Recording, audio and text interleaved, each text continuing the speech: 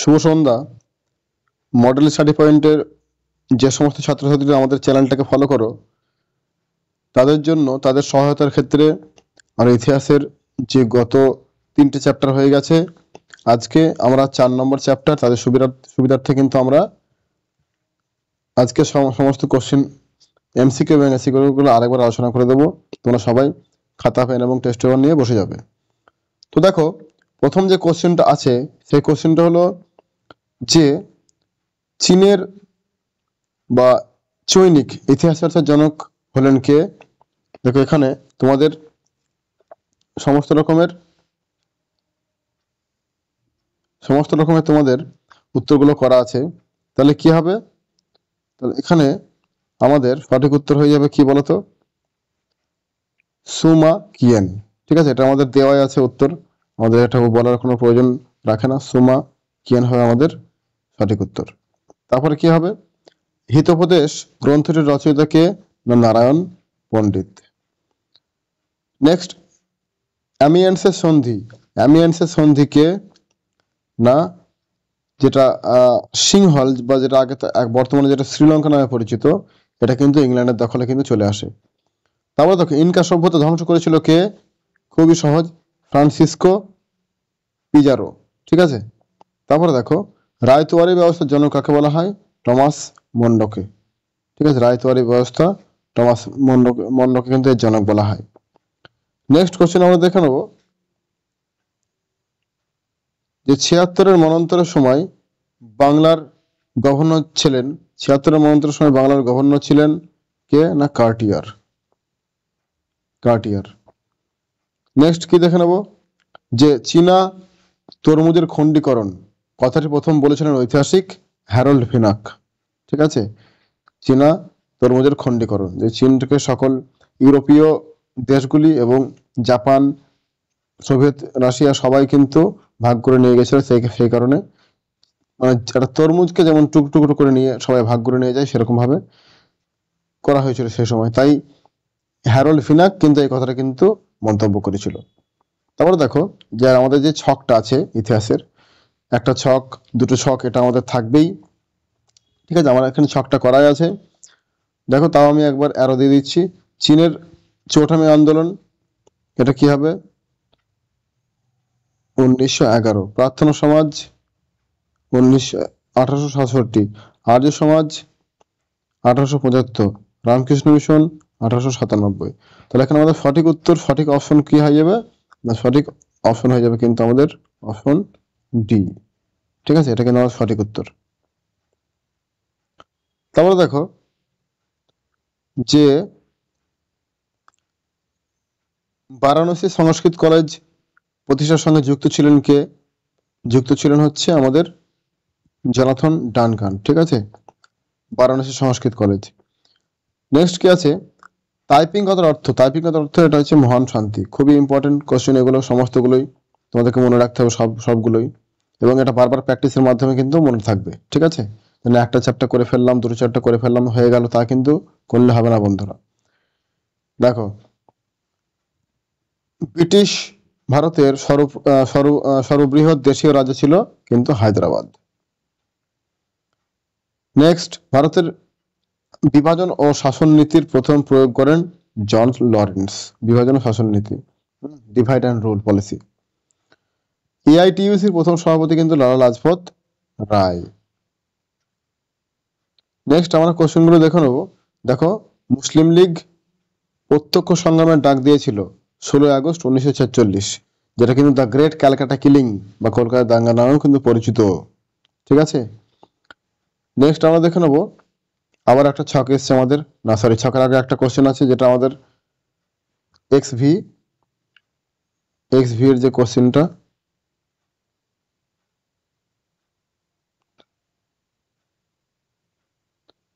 তা বলেছে অক্ষরেখা ড্যাশ অক্ষরেখা বরাবর ভিয়েতনামকে দুই ভাগ করা হয় কত ডিগ্রি? না 17 ডিগ্রি অক্ষরেখা বরাবর। ঠিক আছে, 17 ডিগ্রি অক্ষরেখা বরাবর। নেক্সট যে আমরা ছকটা মিলিয়ে নেব একবার। দেখো, প্যাথিক লরেন্স কিন্তু কি হবে? ইংল্যান্ডের ক্যাবিনেট মিশনের সদস্য। মোহাম্মদ হাত্তা ইন্দোনেশিয়ার প্রধানমন্ত্রী ছিলেন হো চি মিন, ইনি তো ভিয়েতনামের জনক বলা চলে। হ্যাঁ, ব্যারন টানাকা বা তানাকা মেমোরিয়াল, জাপান। তাহলে আমাদের সঠিক উত্তর হয়ে যাবে কিন্তু আমাদের বি, কিন্তু আমাদের সঠিক অপশন।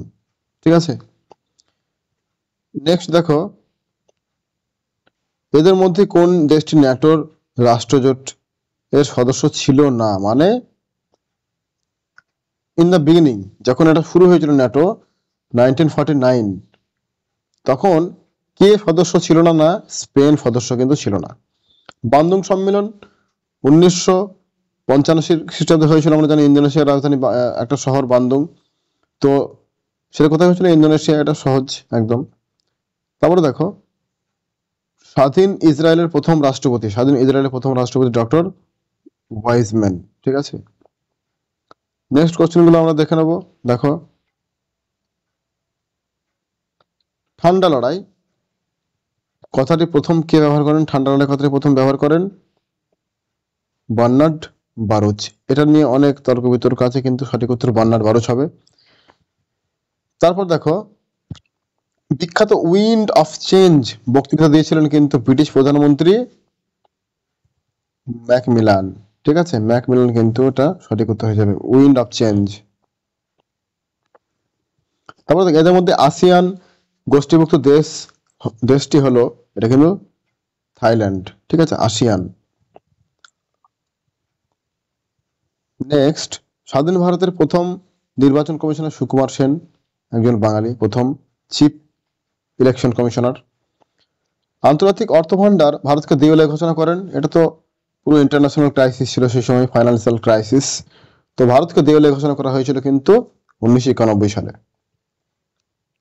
এরপর আমরা যে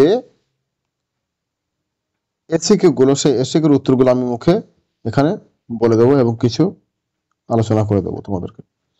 দেখো, এসিকিউ এর জন্য ওয়েল্ড পলিটিক নীতির প্রবক্তাকে, এটা জার্মান সম্রাট কাইজার দ্বিতীয় উইলিয়াম, এটা কিন্তু ওয়েল্ড পলিটিক এর প্রবক্তা। আর যদি বলে রিয়েল পলিটিক, তাহলে কিন্তু হবে বিসমার্ক। 2 নম্বর দেখো, মার্কেন্টাইলবাদ শব্দটি প্রথম ব্যবহার করেন কে? তাহলে মার্কেন্টাইলবাদ শব্দটি প্রথম ব্যবহার করেন, হ্যাঁ, অ্যাডাম স্মিথ। তার গ্রন্থ ওয়েলথ অফ নেশনস, যে বিখ্যাত গ্রন্থ ওয়েলথ অফ নেশনস, সেখানে কিন্তু তিনি মার্কেন্টাইলবাদ কথাটি প্রথম ব্যবহার করেন। তারপরে দেখো, যে ভগিনী রাজ্য বলতে কি বোঝায়? ভগিনী রাজ্য সিস্টার কিংডম, বা এর আর একটা নাম আছে সেভেন সিস্টার। কাকে বোঝানো হয়? এটা হচ্ছে উত্তর পূর্ব ভারতের ঘনিষ্ঠভাবে অবস্থিত পরস্পর সংলগ্ন 7টি রাজ্যকে, যথা অরুণাচল প্রদেশ, আসাম, মেঘালয়, মণিপুর, মিজোরাম, নাগাল্যান্ড ও ত্রিপুরা রাজ্যকে কিন্তু বোঝায়। তারপরে দেখো, ইম্পেরিয়ালিজম আর স্টাডি গ্রন্থের রচয়িতা কে? এই গ্রন্থের রচয়িতা হচ্ছে জে.এ. হবসন। ভারতের প্রথম ভাইসরয় কে? না, ভারতের প্রথম ভাইসরয় ছিলেন লর্ড ক্যানিং, 1956 সালে। ওনার স্প্যান ছিল 1856 সালে। ওনার টাইম স্প্যান ছিল 1856 থেকে 1862। তো 1856 কিন্তু তিনি প্রথম ভারতের ভাইসরয় হন। তারপরে দেখো, কোহং প্রথা, এটা একটু তোমরা ভালো করে শুনে নেবে এবং লেখার চেষ্টা করবে। দেখো, চীনা সরকার কোন রকম বিদেশি বণিকদের চীনের অভ্যন্তরে প্রবেশ করতে অনুমতি দিতেন না। চীন সরকার একমাত্র কো হং নামক বণিক সংঘকে একচেটিয়া বাণিজ্যের অধিকার দিয়েছিল এবং বিদেশি বণিকরা একমাত্র ক্যান্টন বন্দরের মধ্যে দিয়ে কো হং বণিকদের কাছ থেকেই মাল কিনতে বাধ্য হতো। এই প্রথাই কো হং প্রথা নামে পরিচিত। তাহলে চীনের অভ্যন্তরে, তাহলে এটা কি বুঝলাম আমরা? যে চীনের অভ্যন্তরে কিন্তু কোনো বিদেশি বণিকদের প্রবেশ নিষেধ ছিল। তাই জন্য তারা কিন্তু যে চীনের ক্যান্টন বন্দরে ওখানে এসে যে বণিক সংঘ কো হং নামে, তাদের কাছ থেকে একমাত্র মাল কিনতে পারত। এই যে প্রথা চীনে চালু ছিল, এই প্রথায় কিন্তু কো হং প্রথা নামে পরিচিত। তারপরে দেখো অতবার কোশ্চেন, সূর্যাস্ত আইন, ঠিক আছে, এই যে সূর্যাস্ত আইন, সানসেট ল। সূর্যাস্ত আইন দেখো এটা কোথাকার চিরস্থায়ী বন্দোবস্তের, তাহলে আমি বলে দিচ্ছি, চিরস্থায়ী বন্দোবস্তের একটা নিয়ম। দেখো এর উত্তরটা হবে চিরস্থায়ী বন্দোবস্তের বিভিন্ন রীতির মধ্যে একটি রীতি ছিল নির্দিষ্ট দিনে সূর্যাস্তের পূর্বে রাজস্ব জমা দিতে হবে, এবং যদি রাজস্ব জমা দিতে ব্যর্থ হয় তাহলে জমিদার তার জমিদারি হারাবেন। এই রীতি সূর্যাস্ত আইন বা সানসেট ল নামে পরিচিত ছিল। তারপর কি কোশ্চেন আছে দেখো, সত্যশোধক সমাজ কে গঠন করেন? সত্যশোধক সমাজ, এটা সঠিক উত্তর হয়ে যাবে কে বলতো? জ্যোতিবা ফুলে। 1873 সালে কিন্তু জ্যোতিবা ফুলে এই সত্যশোধক সমাজ মহারাষ্ট্রে কিন্তু তিনি প্রতিষ্ঠা করেন এটা। তারপর দেখো কংগ্রেস সোশ্যালিস্ট পার্টি বা কংগ্রেস সমাজতান্ত্রিক দল এর প্রতিষ্ঠাতার নাম কি? এটা হবে জয়প্রকাশ নারায়ণ, ঠিক আছে, সঠিক উত্তর জয়প্রকাশ নারায়ণ। তারপর আমরা দেখে নেব সে যে বাংলার নমশূদ্র আন্দোলনের একজন নেতার নাম। দেখো বাংলার নমশূদ্র আন্দোলনের একজন নেতা গুরুচাঁদ ঠাকুর, ঠিক আছে, হরিচাঁদ ঠাকুরের ছেলে গুরুচাঁদ ঠাকুর। তারপর দেখো কলকাতা মাদ্রাসা প্রতিষ্ঠা করেন কে? এটা সঠিক উত্তর হবে লর্ড ওয়ারেন হেস্টিং। কত সালে? 1781 সালে কলকাতা মাদ্রাসা। আইএক্স সিমলা দৈত্যের বা সিমলা ডেপুটেশন এর নেতা কে ছিলেন? সঠিক উত্তর হয়ে যাবে আগা খাঁ। অতবার কোশ্চেন দেখো, কলারাম মন্দির সত্যাগ্রহ আন্দোলনের নেতৃত্ব কে দিয়েছিলেন? Doctor B.R.. আম্বেদকর। এক্স এর কোশ্চেনটা দেখো, দ্য ইন্ডিয়ান মুসলমানস গ্রন্থের রচয়িতাকে?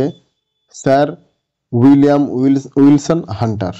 আমরা শর্টকাটে বলবো স্যার উইলিয়াম হান্টার। তারপরে দেখো এক্স আই মন্ত্রী মিশনের সদস্য কারা? ঠিক আছে, মন্ত্রী মিশনের সদস্য কারা? মন্ত্রী মিশনের সদস্য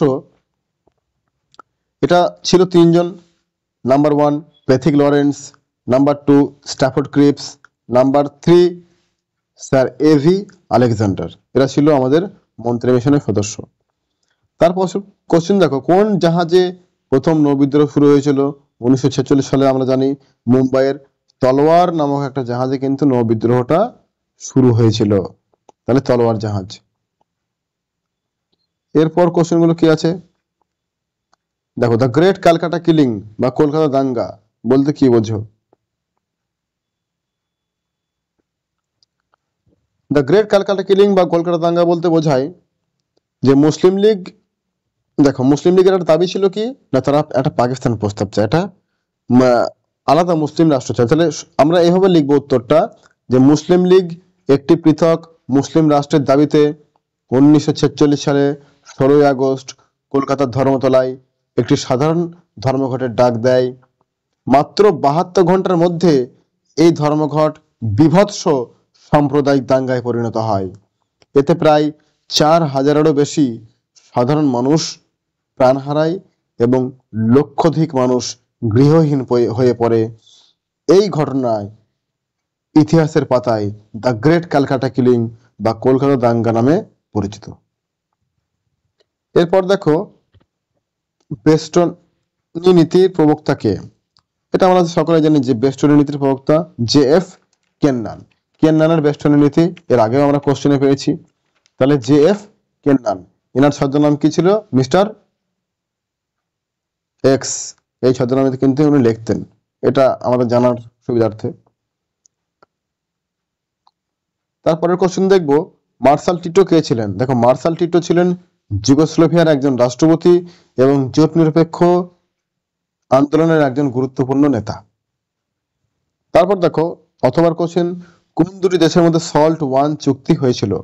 মার্কিন যুক্তরাষ্ট্র এবং সোভিয়েত ইউনিয়নের মধ্যে কিন্তু সল্ট ওয়ান চুক্তি হয়েছিল অস্ত্রশস্ত্রের ব্যাপারে। এটা কত সালে? 1972 সালে। এক্স ভি এর কোশ্চেন খুবই ইম্পর্টেন্ট, তৃতীয় বিশ্ব কাকে বলে, এটা আমরা দুই ধরনের উত্তর লিখতে পারি, দু তিন ধরনের উত্তর আমরা লিখতে পারি এটাতে।